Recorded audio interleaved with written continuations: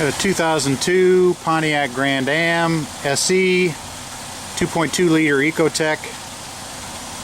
Wouldn't you know, we got some heating problems today. Alright, here's the climate control console. My daughter's complaint is that the car will blow hot air and then all of a sudden it'll blow cold air, and then maybe she messes with the temperature knob or does something and it'll blow hot air for a little while, then it goes back to cold air. So let's see what we've got here. First of all, what works.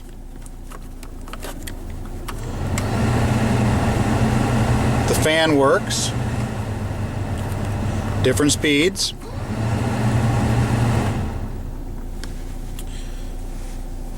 We can change the mode. Right now I'm telling it to blow air on my feet, and I don't have hardly any air coming out here. I can feel a little heat up here, but not much. Now I shift this to blow in my face, and immediately I can feel a lot of air starting to come out of here, so that's working. Let's try defrost. Defrost all the way to the front. And yeah, I'm blowing real hard out the top. So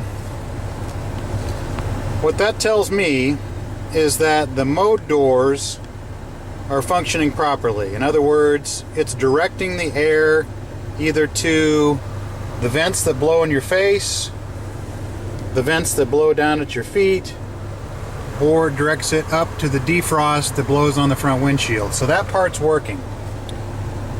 What she's saying is that she loses the temperature. So now when I turn that down to cold, I could definitely hear a change in pitch of the fan.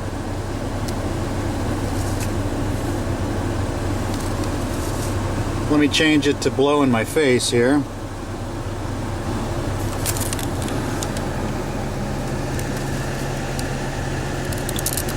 Alright.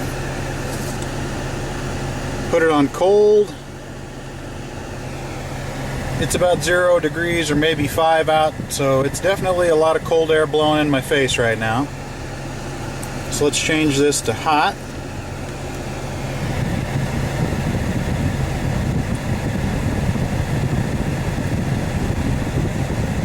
Still blowing cold air here.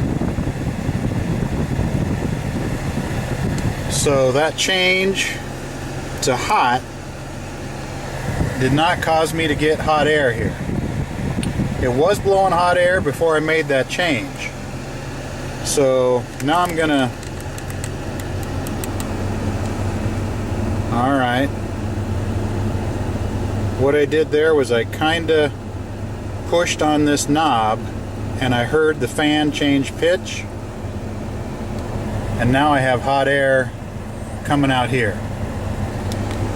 So my suspicion is that there's a rheostat or a pot that you're turning here, and I think that perhaps the circuit board has cracked and we've got a bad connection here. So when you kind of give this a little touch or a turn, you know, maybe you make a connection or you break a connection, it'll work for a while, kind of intermittently, but I'm suspicious of a cracked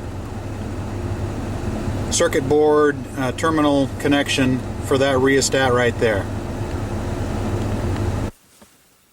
We've done some initial experimenting, and we basically determined that our mode door is working properly. We're able to determine or to select whether we want the air to be blown in our face, both up and down, at the floor, or completely up and out at the front windshield.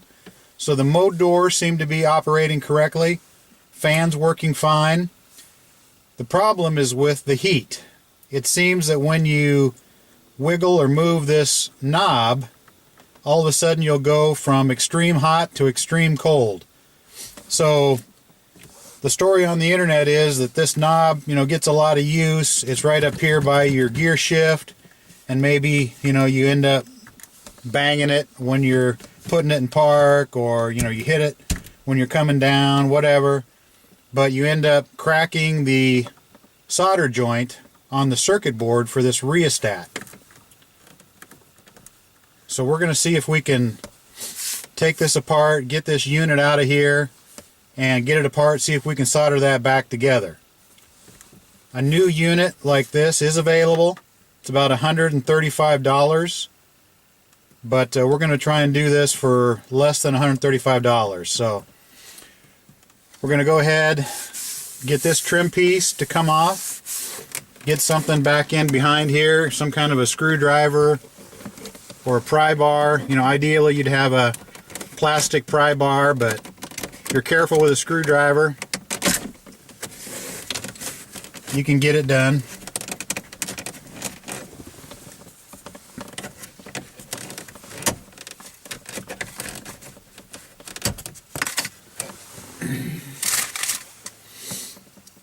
Okay, you may want to take this little ring off, popped off.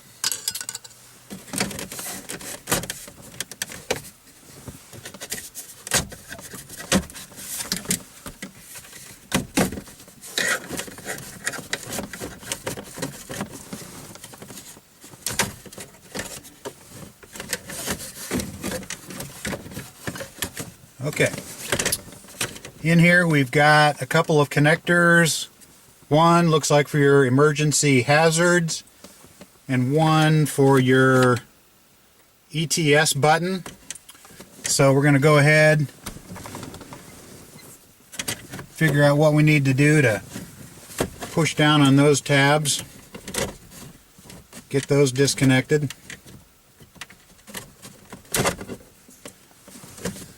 Pushed right down here in a hole with the green one. Pushed this little tab down, pulled it straight back, it popped out. There is a cigarette lighter connection down here. Looks similar. There's a place where I can push a screwdriver in the top.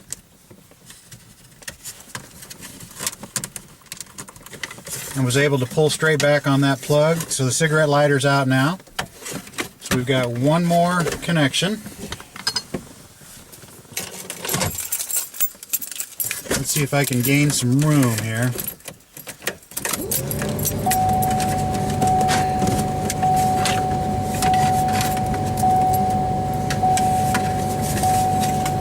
Get this turned around where I can see it.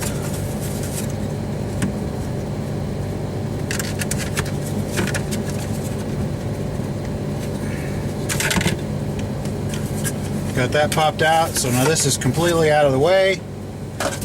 We'll get her back in park. Get the key shut back off.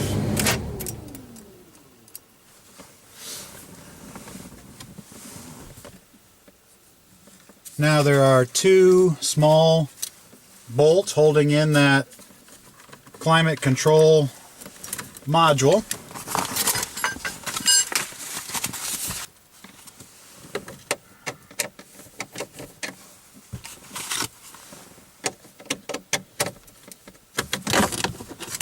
Okay, that is a 7mm.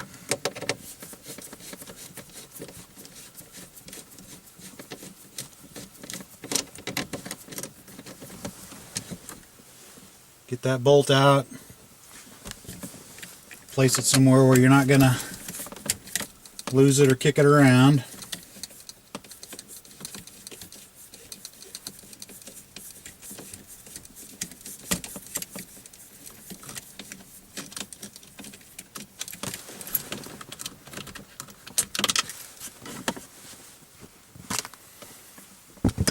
Both bolts are out.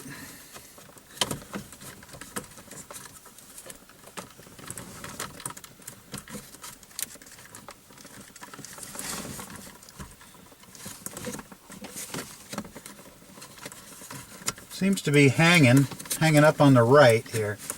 for some reason.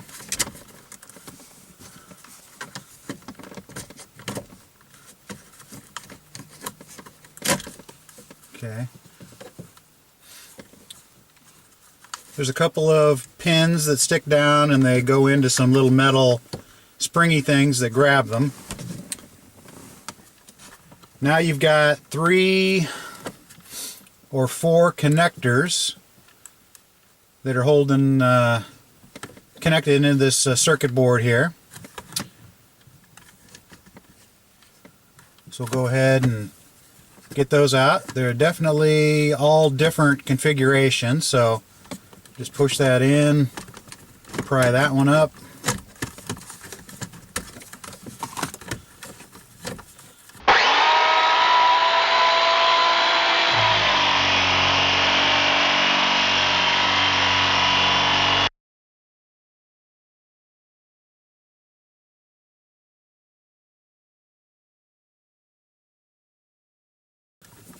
This one lift up on the tab, the big one over here on the mode control. Pry up the connector and work it back.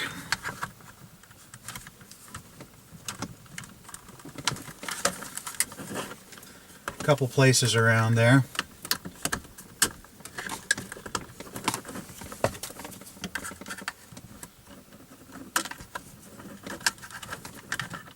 Alright, so there's 3 little tabs you have to pry up to get that one off. This one here, these look like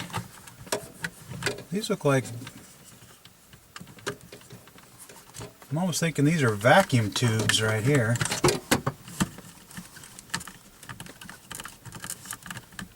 Let's see what do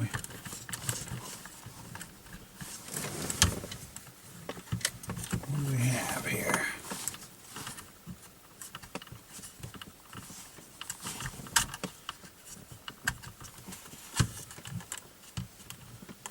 Okay, this other one, you can squeeze it and it lifts it up so you can wiggle it off. Alright, so now we just got this this one here. Okay. Yeah, those do look like vacuum lines. It's just being held on. Over here there's a little piece of rubber that kind of hooks over a little fish hook. That's just kind of keeping it from, falling completely off. Pry that up and over that little fish hook. And now everything is off of here. So now we'll get this in the house, see if we can get it opened up.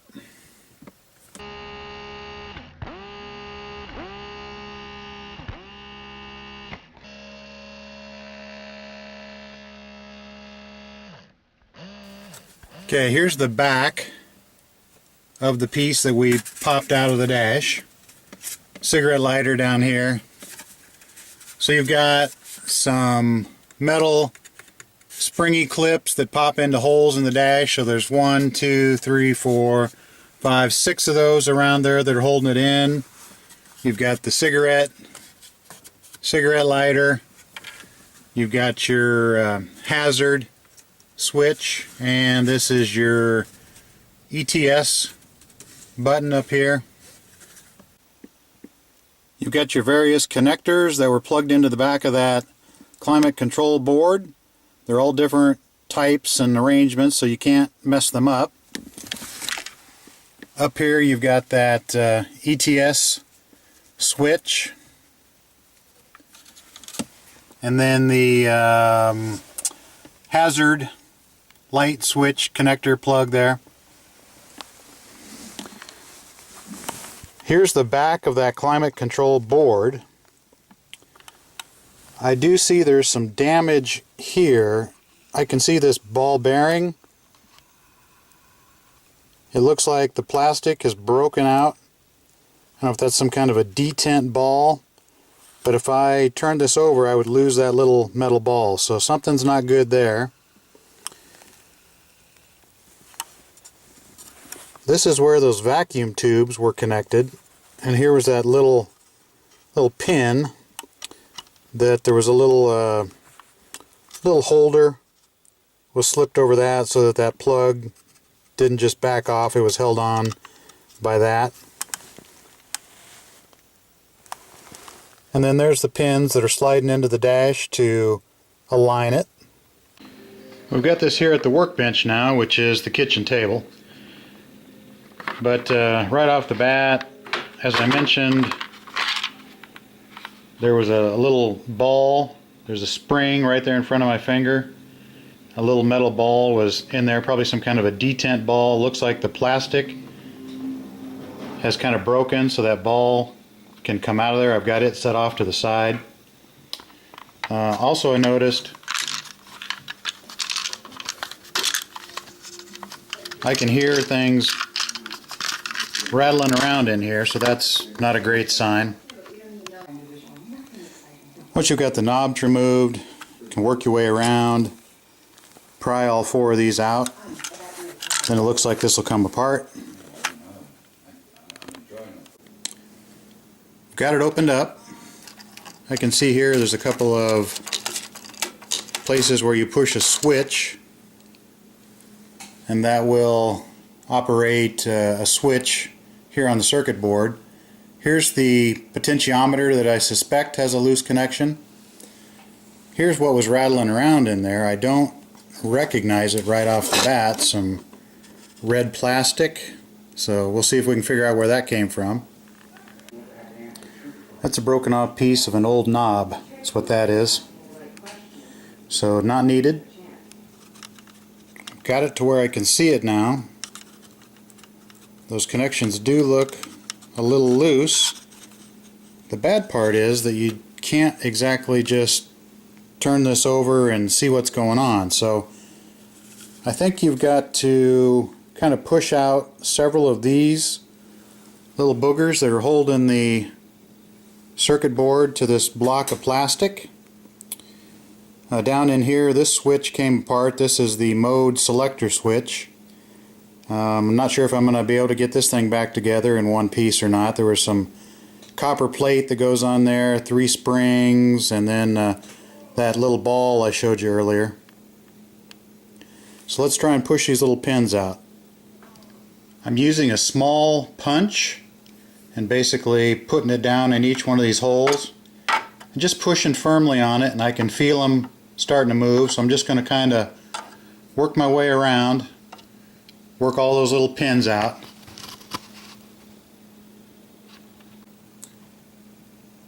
Eventually, once you push on all those little pins, that circuit board will pop out of there.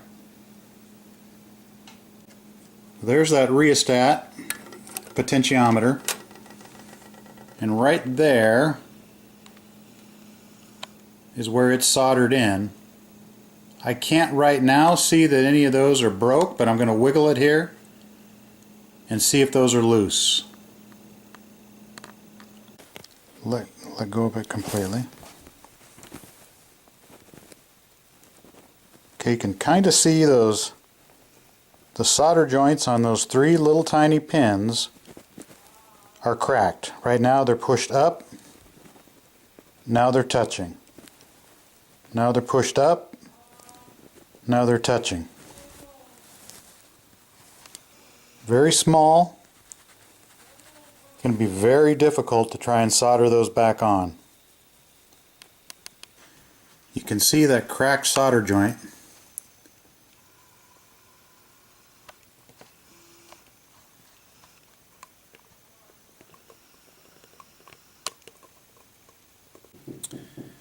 See, that center knob is the only one that has a direct connection to the circuit board. The others, there's a switch there, or there's a switch in here. But this one, that knob is basically connected right to that little rheostat with these tiny little connections on a printed circuit board. And you're going to take and shove that knob. I mean, me trying to get that knob off of there took a lot of force. You're wiggling back and forth. Of course you're going to crack one of those connections right there.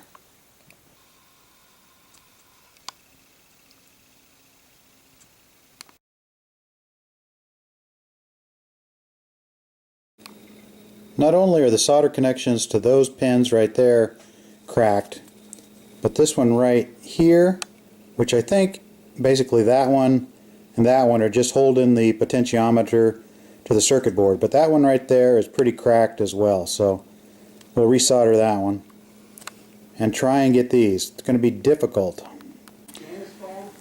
I've got the tip of the soldering iron sharpened to a point. I'm going to get it good and tinned up. First I'm going to solder that, kind of push it in, try and get those connections to touch, solder that one in place, that'll kind of hold it.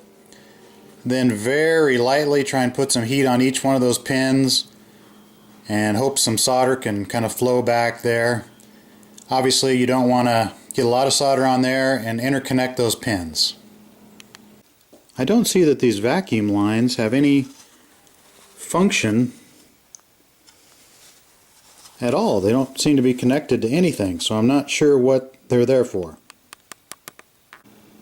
I basically pushed the rheostat so that those solder joints there, the three, were touching again, and then I resoldered those two blobs there that are basically holding the potentiometer to the circuit board. Then I just applied a little bit of heat to each one of those. I'm afraid to do much or I'll solder them together, so I'll just have to hope that that works. Basically push those four little alignment / holding pins back into place, so the circuit board is now being held in place. Now you've got these two switches. They line up with that and that, so put it back together, then snap everything in, get this piece connected back. Let's see if I can get lucky. Get the three springs back in there. This piece has some alignment holes that fall into some pins here, and then the three springs, and then that ball was the one that was on the back that appeared to be kind of broken out of the plastic.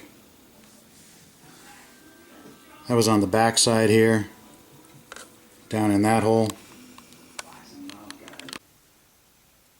I don't know what kind of a jackass designed this, but when I took this apart, I actually took apart the switch.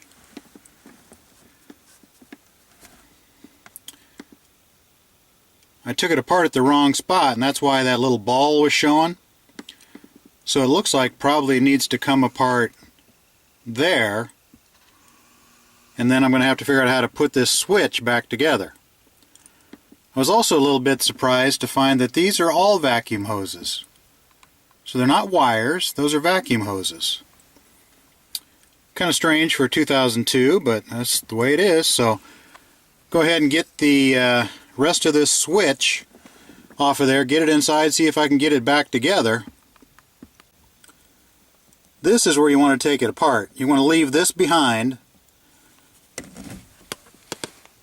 and then that used to plug in there, but that should have stayed together. So I've got to put that back together, and then eventually it'll plug back into that little fitting right there. So when you take it apart, this is what you want to leave behind. Here's this piece snapped back on. I've got some internals to put on there, but it's got some alignment pins. It'll only go in one way. Here's where it plugs into all those little vacuum lines, but we're going to have to reassemble the internals of this switch. We've got this little booger, some springs and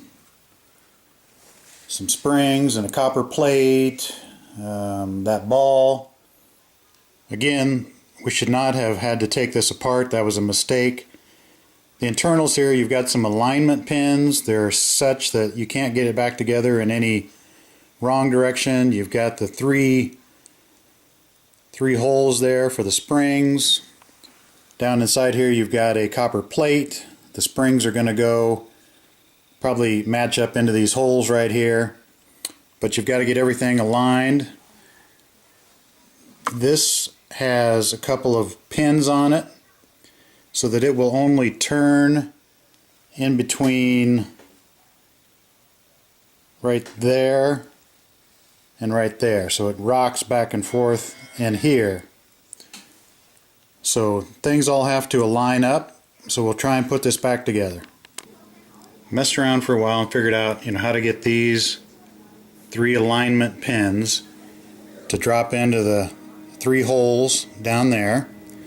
I'm going to put just a little bit of grease on those springs to hold them in while I drop that down in the hole here. I've got that pushed down in there. When I push on it, I can watch the little copper ring down there move.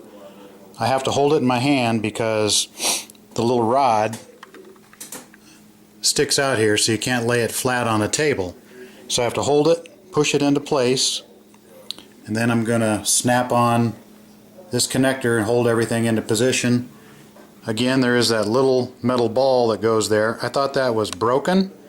It's not actually broken. The ball just sits there.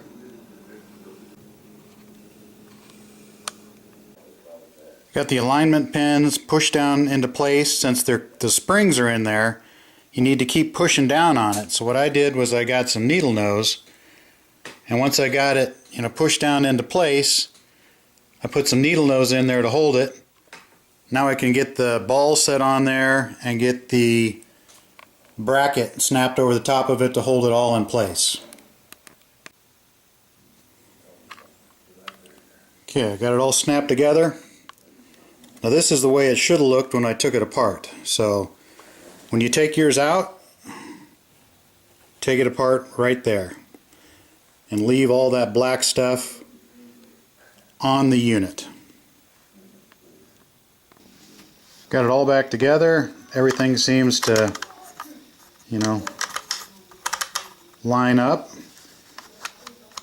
This mode thing is, stops there, and you can feel the detents. Rheostat seems to be good. We've got the new soldered unit ready to go back in. So let's snap everything back on. We'll see if we accomplished anything. I'm just going to go ahead and snap everything, plug everything back in, snap it into place. Then we'll give it a try. I thought about turning it on, trying it now, but I sort of hate to leave things unplugged. You never know, you might cause some kind of a security thing or some kind of a fault or something. So snap her back together, we'll give it a try. It's freezing cold outside, so we've got no real engine heat yet, so we'll let the car warm up. I was glad to find out that when I changed the mode door, it's now blowing in my face. If I tell it to blow up at the front window, definitely stops blowing out of here. We're getting a strong flow up here on the windshield. So that was my main concern, because I messed up and took that switch apart, which you should not do. That was a lot of extra work. So this is working, so we'll change it to blow in my face. The fan is working for different speeds.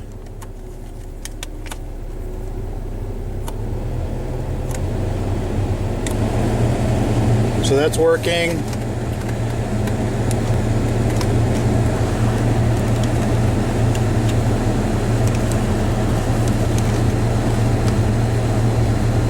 Air conditioner kicks on.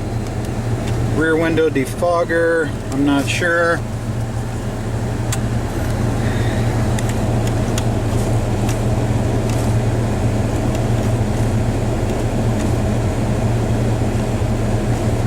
Acts like it is. I can see the lights dim when I push the button, so all that seems to work. We'll let the engine warm up now, and then we'll see if when we turn this back and forth it's going to work, but I can definitely hear the fan change pitch, so I've got a good feeling that it's going to work.